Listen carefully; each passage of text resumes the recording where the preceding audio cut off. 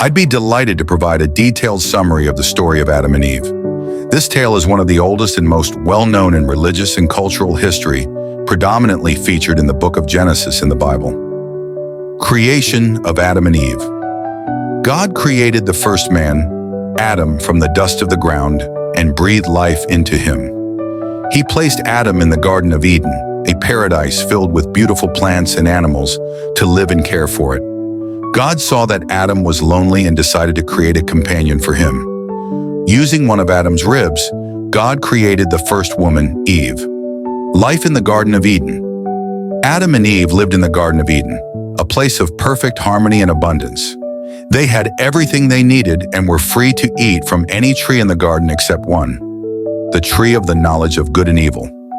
God commanded them not to eat from this tree, warning that they would surely die if they did. The temptation and fall.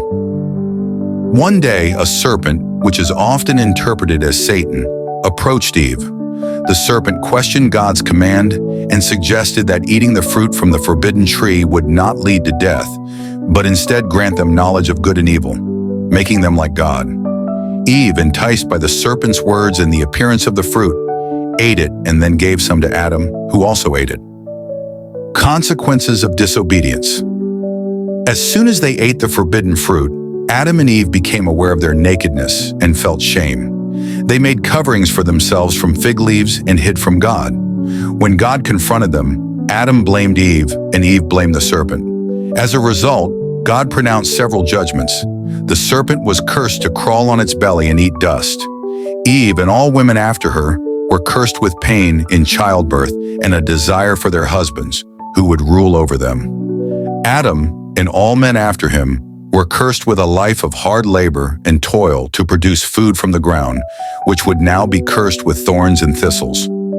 God then banished Adam and Eve from the Garden of Eden to prevent them from eating from the tree of life and living forever in their sinful state. They were sent into the world to live and work, experiencing suffering and mortality.